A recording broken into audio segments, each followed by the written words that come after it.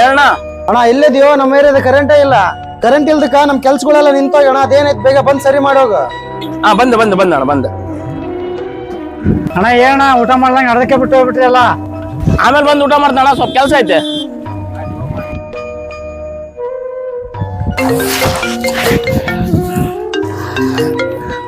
ಹೇಳಣ್ಣ.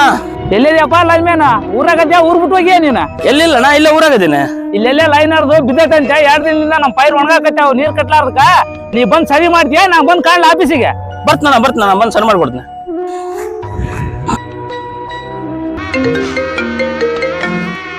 ಹೇಳ ಏನಂತ ಹೇಳಕಪ್ಪ ನಿನಗ? ನೀನೇನ್ ಗೌರ್ಮೆಂಟ್ ಸಂಬಳ ತಗೊಂಡು ಆರಾಮದಿ ಮನ್ಯಾಗ? ಏನಾಯ್ತಣ್ಣ? ಇಲ್ಲಿ ಆಸ್ಪತ್ರೆಗೆ ಕರೆಂಟ್ ಇಲ್ಲ ಅಂದ್ರೆ ಡಾಕ್ಟರ್ ಆಪರೇಷನ್ ಮಾಡೋದಿಲ್ಲ ಅಂತಾರ. ನನ್ ಮಗಳು ಸಾವು ಬದುಕಿನ ಬಗ್ಗೆ ಓಡಾಡಕತ್ತಾಳ. ಏನ್ ಸಂಬಳ ತಗೊಂಡ್ ಕೆಲಸ ಮಾಡಕತ್ತೀರ, ಏನ್ ದನ ಕಾಯಕತ್ತೀರ? ಬಂದಣ್ಣ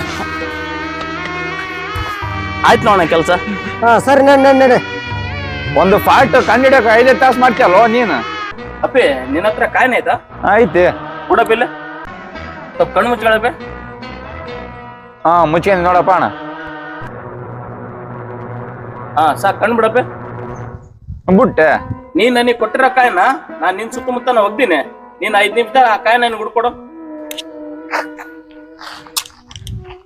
ಏನ ಎಲ್ಲೈತೆ ನಾವು ಸಿಗೋಲ್ದ? ನಿನ್ ಕಾಲ ಬಿದ್ದಿರ 5 ರೂಪಾಯಿ ಕಾಯಿನ ನಿನ್ 5 ನಿಮಿಷ ಹುಡುಕಾಗಿಲ್ಲ. ಇನ್ನು ಕಣ್ಣಿಗೆ ಕಾಣ್ಲಾರ ಫಾಲ್ಟ್ ನಾ 90 ಹುಡುಕ್ಬೇಕಲ್ಲ, ಬಹಳ ಟೈಮ್ ಹಿಡಿತೈತಿ. ಅವಾಗ್ಲ ಏನ್ ಹೇಳಿದಲ್ಲಣ್ಣ, ಕೆಲ್ಸ ಮಾಡಬಿಟ್ಟು ದನ ಕಾಯಕ್ ಹೋಗಿರಂತಾನ. ಅಲ್ಲಿ ನನ್ ಮನ್ಯಾಗ ನನ್ ಮಗಳದು ಶ್ರಮ ಇದ್ರು ಕೂಡ ಅದನ್ ಬಿಟ್ಟು ನಿನ್ ಮಗಳ ಜೀವ ಉಳ್ಸಕ್ ನಾನ್ ಬಂದೇನೆ.